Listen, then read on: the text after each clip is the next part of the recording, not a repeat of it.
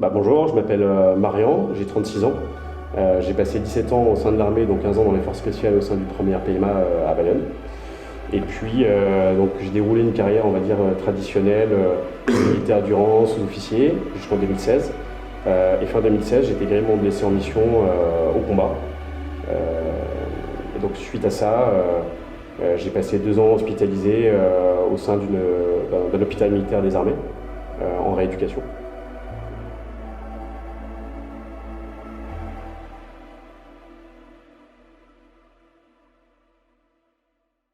Donc notre mission, elle a particulièrement mal tourné et j'ai été blessé par balle à bout portant. Donc pendant cette phase de combat et on va dire de blessure, je me suis retrouvé isolé tout seul à découvert. Et donc du coup, j'ai essayé de me prodiguer les premiers soins pour voir où était le trou d'entrée de la balle et potentiellement le trou de sortie. J'arrivais pas à voir où était le point d'entrée. Donc là, comme j'étais fixé au sol et j'avais une douleur, sur une échelle de 10, on est à 100 quoi, en termes de douleur. Donc j'étais vraiment immobilisé au sol, impossible de me mettre à l'abri. Donc j'ai décidé de me mettre en position latérale de sécurité sur le flanc gauche pour comprimer potentiellement le trou d'entrée de la balle que j'avais pas réussi à trouver. Et comme j'étais à découvert, à proximité de végétation, j'avais vraiment très peur que l'ennemi sorte de ce buisson et vienne m'achever. Donc j'ai gardé mon arme dans la direction dangereuse, j'ai mis mes plaques balistiques dans la direction dangereuse, j'ai tout comprimé sur le côté gauche en me mettant donc sur cette position latérale de sécurité. Et puis j'ai attendu en gros que mes camarades fassent le job et qu'ils viennent me récupérer. Donc ça a été long, ça a été très long, c'était quelques minutes, hein, mais ça a été interminable. Donc du coup j'étais quand même prêt à faire face au cas où, si quelqu'un sort de ce buisson pour venir m'achever. Donc j'avais l'arme longue en moitié de chargeur, mais j'avais pas la force de faire un changement de chargeur tactique. Donc j'avais bien conscience que j'étais en moitié de chargeur. Donc j'avais déjà dégrafé mon holster, ma dernière sécurité, pour pouvoir faire une transition et répondre au cas où. Parce que c'est bizarre, mais dans ce cas-là, on a plein d'idées qui nous viennent en tête. Et j'ai tout de suite pensé au copain d'Ouzbin. Parce qu'avant d'arriver au premier RPMA, j'étais au 8e RPMA en Afghanistan. C'était ma première mission. Donc j'étais pas sur Ouzbin, j'étais dans une vallée à côté. Mais forcément, on a tous eu les échos et les rétextes, les retours d'expérience d'Ouzbin. Et j'avais vraiment cette peur de me faire achever comme ça, quoi. Donc ensuite, les copains ont réussi à manœuvrer. Ils sont venus me récupérer pour me conditionner à l'abri. Et ensuite, la chaîne médicale a été vraiment exemplaire. Un hélicoptère est venu nous récupérer. Et au bout de 45 minutes, 1 heure après avoir été blessé, j'ai été pris en charge dans un hôpital de campagne déployé sur le terrain. Ils ont réussi à me stabiliser, à me sauver la vie. Et en fait, suite à cette blessure, j'ai passé 5 jours dans le coma. J'ai eu 3 opérations chirurgicales en moins de 24 heures, donc 2 dans le pays où l'action s'est passée, et une dernière opération à Percy. Et à mon réveil, donc ça a été vraiment horrible. J'avais des perfusions dans chaque bras, j'avais un cathéter gris en attente, en fémoral. Donc là, je me suis dit que je suis vraiment pas passé loin d'y rester, avec des douleurs comme si j'avais pris un 33 tonnes plein fer. Donc le réveil a vraiment été long et très douloureux. En plus, j'étais intubé, je pouvais pas bouger, j'étais au début attaché dans le lit avant qu'ils viennent me détacher. Donc ça a été vraiment pénible, la première nuit a été vraiment épouvantable.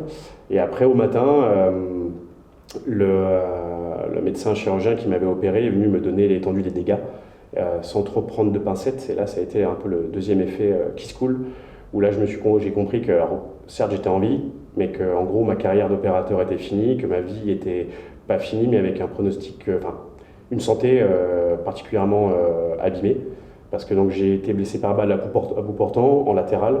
Donc la balle est passée dans mes équipements, a fragmenté mes équipements, et j'ai eu 2 trous d'entrée, aussi gros, un peu plus petit qu'un œuf de poule, en dessous de mon cœur. Donc j'ai eu 2 côtes de cassées, le diaphragme qui a été abîmé, j'ai perdu mon rein gauche et la rate également. Les intestins ont été touchés, la balle a ricoché contre la 5e lombaire, l'a fissurée en 2.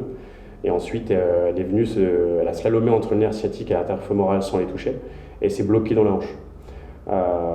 Donc quand le toubib m'annonce tous ces séquelles, là je prends vraiment encore une deuxième louche où là je me sens vraiment anéanti sur mon lit et j'avais vraiment des douleurs indescriptibles parce qu'en fait, pour me sauver la vie, ils m'ont ouvert toute la paroi abdominale, de haut en bas, sur 28 cm, pour pouvoir suturer, clamper, nettoyer les plaies à l'intérieur. Donc vraiment, ça a été douloureux pendant des semaines et les premiers jours ont été infernaux. J'avais une petite souris où je pouvais demander à envoyer de la morphine.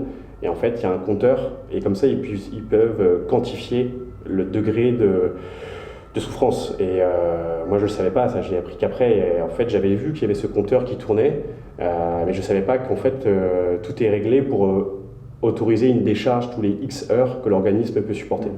Mais donc, du coup, j'étais en permanence en train de demander de la morphine, donc ça a vraiment été une sacrée épreuve. Parce que quand on a le désir, l'envie vraiment de devenir opérateur, il faut avoir une motivation quasiment à toute épreuve et avoir un idéal de vie extrêmement puissant. Parce qu'en fait, les tests de sélection sont tellement durs. Le cursus, quand vous arrivez à Bayonne, c'est 1 an de formation, dont 6 mois probatoires, où vous pouvez vous faire virer à tout moment, ou vous abandonnez. Ça a été une hécatombe, on a commencé à peu près à 90, on a fini à 16. Donc il faut vraiment aller chercher au plus profond de soi pour ne pas lâcher, ne pas abandonner, et aussi faire le job pour ne pas se faire virer si on fait des erreurs de procédure pendant la formation. Donc c'était vraiment le projet de toute une vie. Il m'a fallu 10 ans entre le moment où j'étais enfant et le moment où j'ai pu commencer à être militaire. Il m'a fallu 2 années de plus pour arriver au sein des forces spéciales, 3 années de plus pour arriver en groupe de contre-terrorisme et libération d'otages. J'avais fini major de promotion à Saint-Mexon et en étant semi-direct, et je me suis dit, je m'étais jamais posé la question faire les concours officiers, et je me suis dit, mais si j'ai réussi à finir major de promotion, je vais tomber en concurrence avec les mêmes personnes. Donc si j'ai réussi entre guillemets à les battre une première fois, ça veut dire que ça devient du domaine du possible de réussir le concours. Et donc du coup, suite à l'école de Saint-Mexan, je m'étais programmé, ok, dès que tu passes sergent-chef et que tu termines ton BSTAT, tu fais le concours des EDS pour passer officier.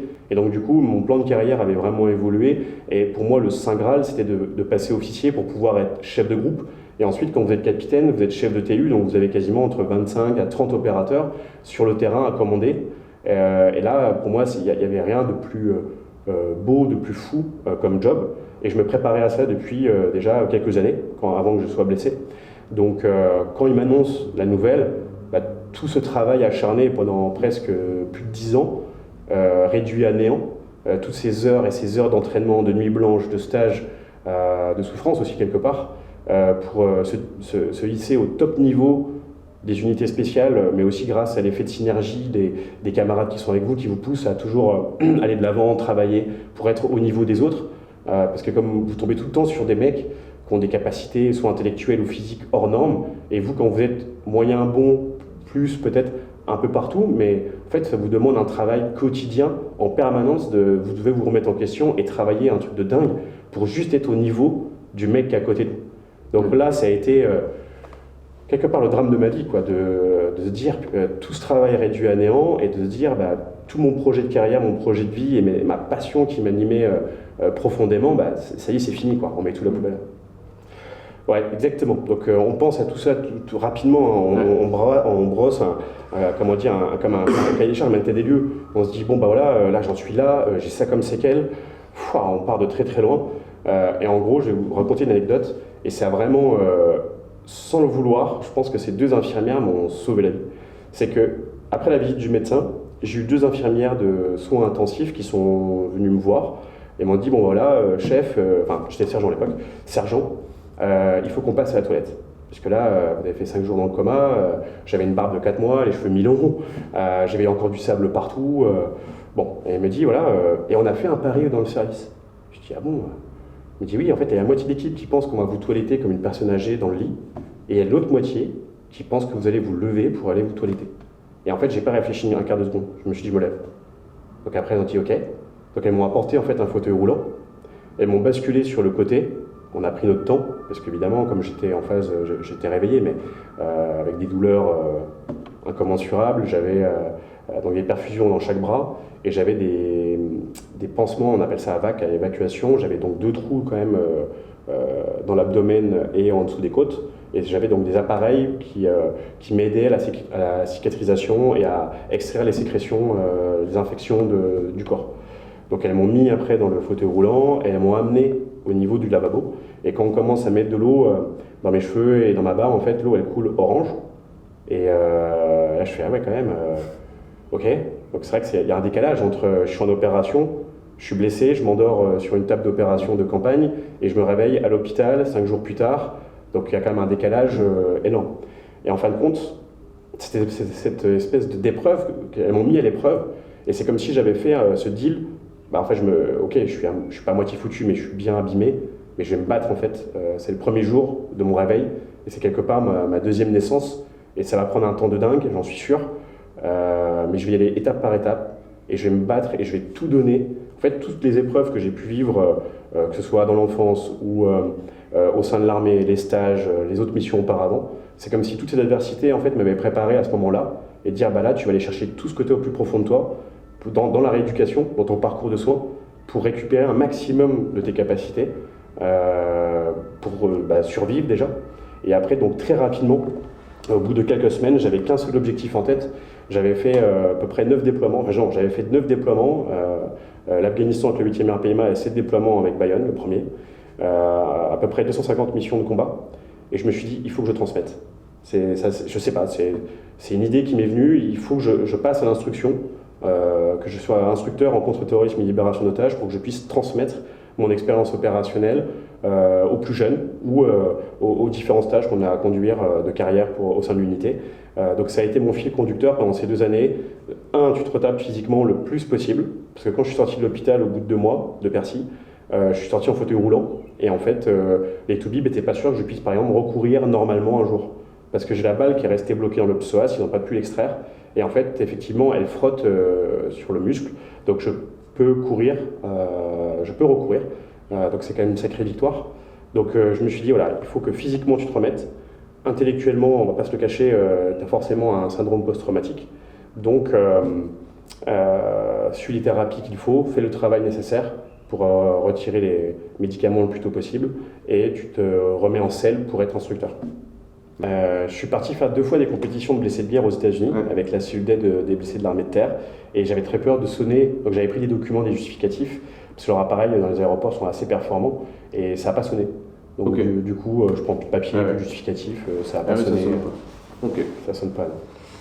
Exactement. En fait, je me suis rendu compte pendant le cursus de soins et de démarches administratives derrière que les associations étaient extrêmement présentes, qui aident les blessés de guerre, et elles sont là pour pallier au manquement de l'État quelque part ou de l'armée. Donc, par exemple, me concernant, j'estime que les associations m'ont aidé à hauteur de quasiment 40% de mon aide que j'avais besoin, que ce soit sur le plan administratif ou dans les démarches administratives. Et je me suis dit, ça c'est pas normal. Par exemple, là, je suis parti en reconversion l'année dernière, j'ai passé un BTS en finance et en trading.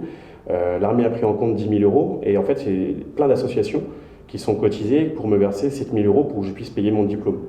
Donc je me suis dit, c'est fou quand même, j'ai perdu toutes mes aptitudes, je ne peux plus être militaire. Je sais que beaucoup de militaires blessés, ils sont tellement dans le dur qu'ils ne font pas de reconversion. Moi, je sors vraiment des cadres, je fais une reconversion très onéreuse, une école de commerce en groupe privé. Et donc, du coup, je me retrouve dans cette situation et je me suis dit, c'est pas possible. Donc là, ça y est, je suis réformé depuis décembre et j'ai lancé donc ce cycle de conférences à Nice. Je me suis dit, comment je peux faire pour aider ces associations qui m'ont aidé, qui m'ont tendu la main, et si je vais aussi, entre guillemets, bien maintenant, c'est qu'ils m'ont épaulé et m'ont donné ma chance quelque part de faire une bonne reconversion et puis d'être autonome et de quitter l'armée.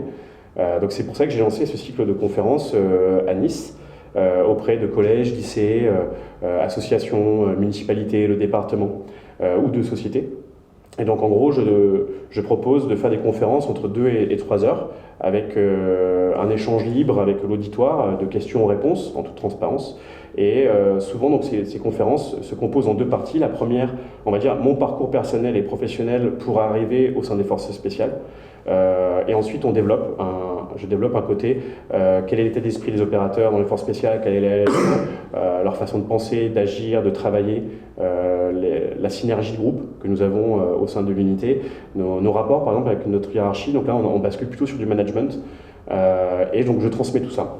Je transmets ce parcours professionnel qui est, qui a un bon accueil. Les gens posent beaucoup de questions. que ce soit personnel ou sur l'armée, ou même un peu d'avoir quelques réponses ou d'éléments de langage, ou ma vision sur, par exemple, la géopolitique, tout en gardant une certaine quand même distance par rapport à ce qui se passe dans le monde. Mais donc du coup, il y a des attentes. Le public, il y a des attentes d'éléments de compréhension ou de techniques, comment nous on travaille, pour peut-être insuffler ça dans leur société. Et donc l'intégralité des fonds qui sont récoltés cette année-là, pendant cette semaine, est centralisée par l'IHEDN de Nice, pour le souci de transparence. Comme ça, les particuliers ou les entreprises qui vont m'employer auront 66% d'abattement, et l'intégralité des fonds vont être ventilés à différentes associations en France qui aident et qui soutiennent au quotidien les blessés de guerre. Probablement à la rentrée de septembre ou courant octobre, faire une semaine à Paris, en région parisienne, avec une cible plutôt d'entreprises ou d'écoles, de cursus secondaires. Parce que dans le caractère des opérateurs des forces spéciales, c'est des personnes qui ont des profils très atypiques, qui ont des forts tempéraments, des égos très développés. Mais ce qui est intéressant, c'est que les opérateurs, ce que j'ai pu observer durant ma carrière, c'est qu'ils ont des égos très développés pour aller chercher de la performance individuelle, mais au sein d'un groupe, cet ego individuel qui pousse à la performance, il s'efface pour le collectif. Parce qu'on a un chef de groupe et un adjoint qui sont en gros des chefs de meute, des papas, qui ont l'expérience, qui ont l'expérience opérationnelle, qui ont une certaine aura, et en fait qui commandent reine courte quelque part, leurs jeunes louveteaux, et qui canalisent leur énergie pour le bien commun, pour la réalisation de la mission. Donc je pense qu'il y a des translations qu'on peut faire entre par exemple le sport de haut niveau ou un art qu'on va élever, un art je sais pas, de musique, on l'élève à un statut d'art. Donc c'est vraiment une organisation du travail, on pousse son travail au maximum de ce qu'on peut donner. Et donc je pense qu'on peut transposer ça dans la vie personnelle ou dans la vie professionnelle, et surtout au sein des entreprises, et de peut-être répondre à des problématiques de management, de rapports humains, parce que c'est très compliqué d'avoir des opérateurs avec des égos surdimensionnés, mais de les faire adhérer à l'état d'esprit du groupe, de les faire adhérer à la mission, et qu'on puisse réaliser la mission dans les meilleures conditions. Notre ancien chef de corps avait l'habitude de nous dire on est environ 500-550 opérateurs à Bayonne. C'est comme s'il avait 550 startups en puissance qui devaient diriger et aussi driver un peu reine courte, parce que quelque part toute l'innovation au sein de l'unité, et si elle en est là à l'heure actuelle, c'est grâce justement à ces opérateurs qui font des carrières plus ou moins longues et qui donnent vraiment tout pour l'unité, et qui fait avancer la machine de guerre. Vous savez, au sein de l'armée, en fait, on est une représentation de la vie civile, de la société civile. Le recrutement, on est issu de tous les horizons.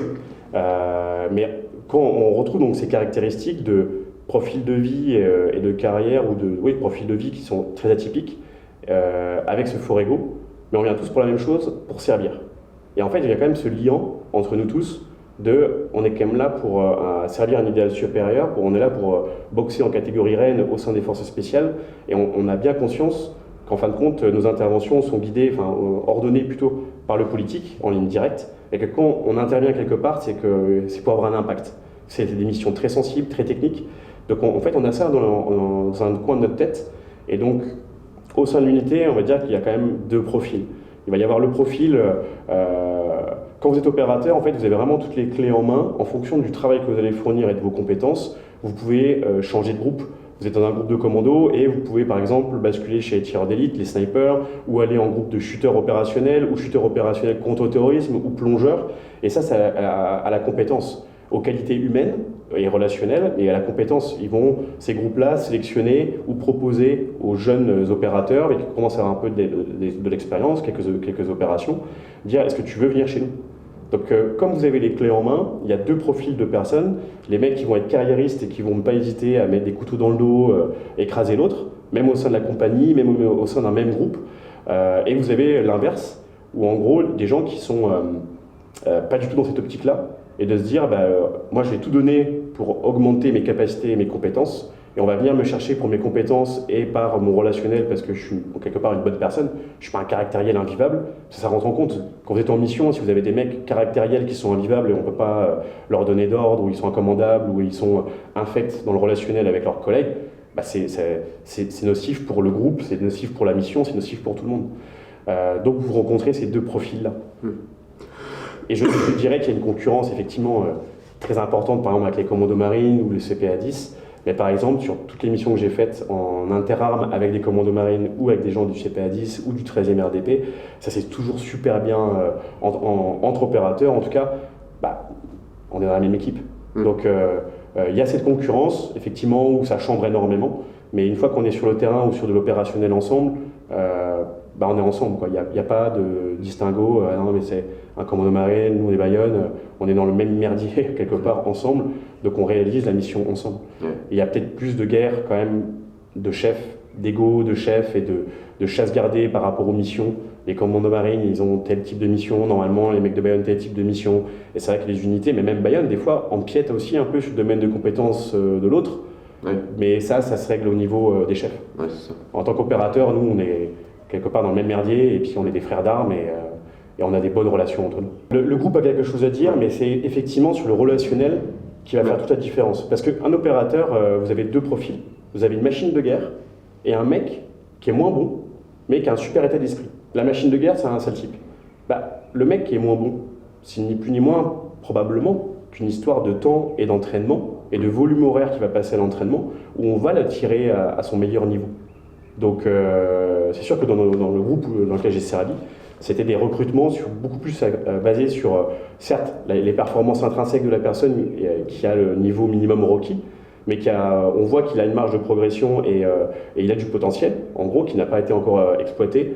Mais par contre, comme le mec, il a un super état d'esprit, je sais pas, gros travailleur, hyper disponible, toujours ce qu'on appelle la main dessus, c'est-à-dire toujours prêt à rendre service. Il ne faut pas toujours et un tel vient donner un coup de main avec le mec qui se faufile en mode je laisse travailler les autres, moi ça ne m'intéresse pas. Effectivement, non, on recrute comme ça. Ouais.